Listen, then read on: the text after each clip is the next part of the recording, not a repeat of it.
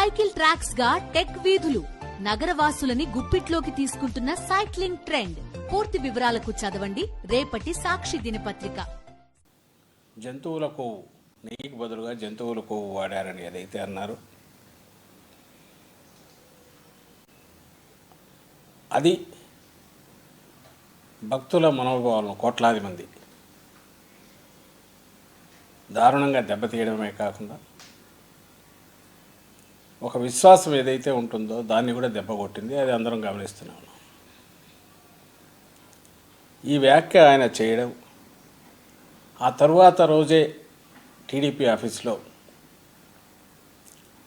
ఒక రిపోర్ట్ అంటూ ఎన్డీడీబీది ఒక రిపోర్టు లీక్ బయటికి పత్రికా సమావేశంలో రిలీజ్ చేయడం, అందులో బీఫ్ టాలో అనే మాట ఇవి ఉండడంతో సహజంగానే అది ఏంటి, పామ్ ఆయిల్ అండ్ బీఫ్ టాలో ఉన్నాక బీఫ్ టాలోని ఎందుకు, పామ్ ఆయిల్ ఎందుకు కాకూడదని ఇది కానీ ఇంకోటి రాకుండా, అసలు ఆ ఫిగర్స్ ఏమి ఇండికేట్ చేస్తాయో ఎవరికి తెలియకుండా చిన్నపాటి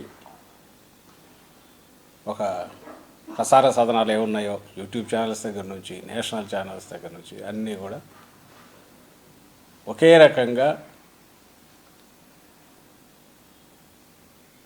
ప్రసాదంలో కల్తీ జరిగిపోయింది, ఘోరం జరిగిపోయింది వైఎస్ఆర్సీపీ పాలన హయాంలో అనే ఒక అపవాదు, బలమైన ఒక అబద్ధాన్ని అన్ని శక్తులు ఏకమై శక్తివంతంగా దాన్ని ముందుకు తోశాయి, చాలా బలంగా తోశాయి.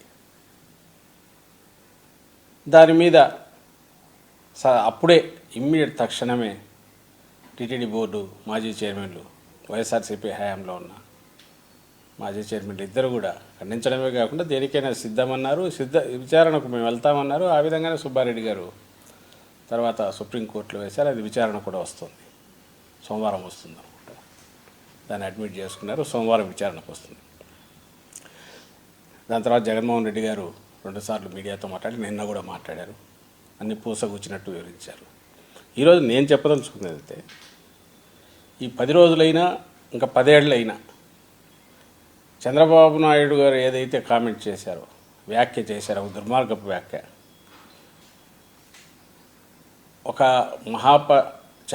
అపచారం ఏదైతే, ఘోరమైన అపచారం ఏదైతే చేశారో,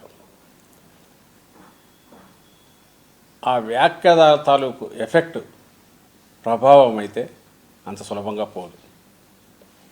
దాన్ని మళ్ళీ భక్తుల్లో ఆ విశ్వాసం పాదుగొల్పాల్సింది. నిజంగా ఇంతవరకు ఏమీ జరగని దాన్ని జరిగినట్టుగా ఒక ఘోరమైన అబద్ధం ఆడేసి పైగా రిపీటెడ్గా ఆయన మాట్లాడడం అనేది ఎంత దారుణమో అందరికీ తెలియాల్సింది. అలాగే ఆయన చేసిన వ్యాఖ్య, ఆ పాపం చేసింది చంద్రబాబు నాయుడు అనే విషయం కూడా ప్రపంచమంతా తెలియాల్సింది. ఆయన ముఖ్యమంత్రి స్థానంలో ఉన్న వ్యక్తి అన్నాడంటే దాంట్లో ఏదైనా నిజం ఉంటుందేమో సహజంగా ఎవరైనా అనుకుంటే, అలాంటి అపోహలను పటాపంచలు చేసి, ఎందుకంటే ఇది వైఎస్ఆర్సీపీకి ఒకరికి సంబంధించిన ఇంకోటి కాదు,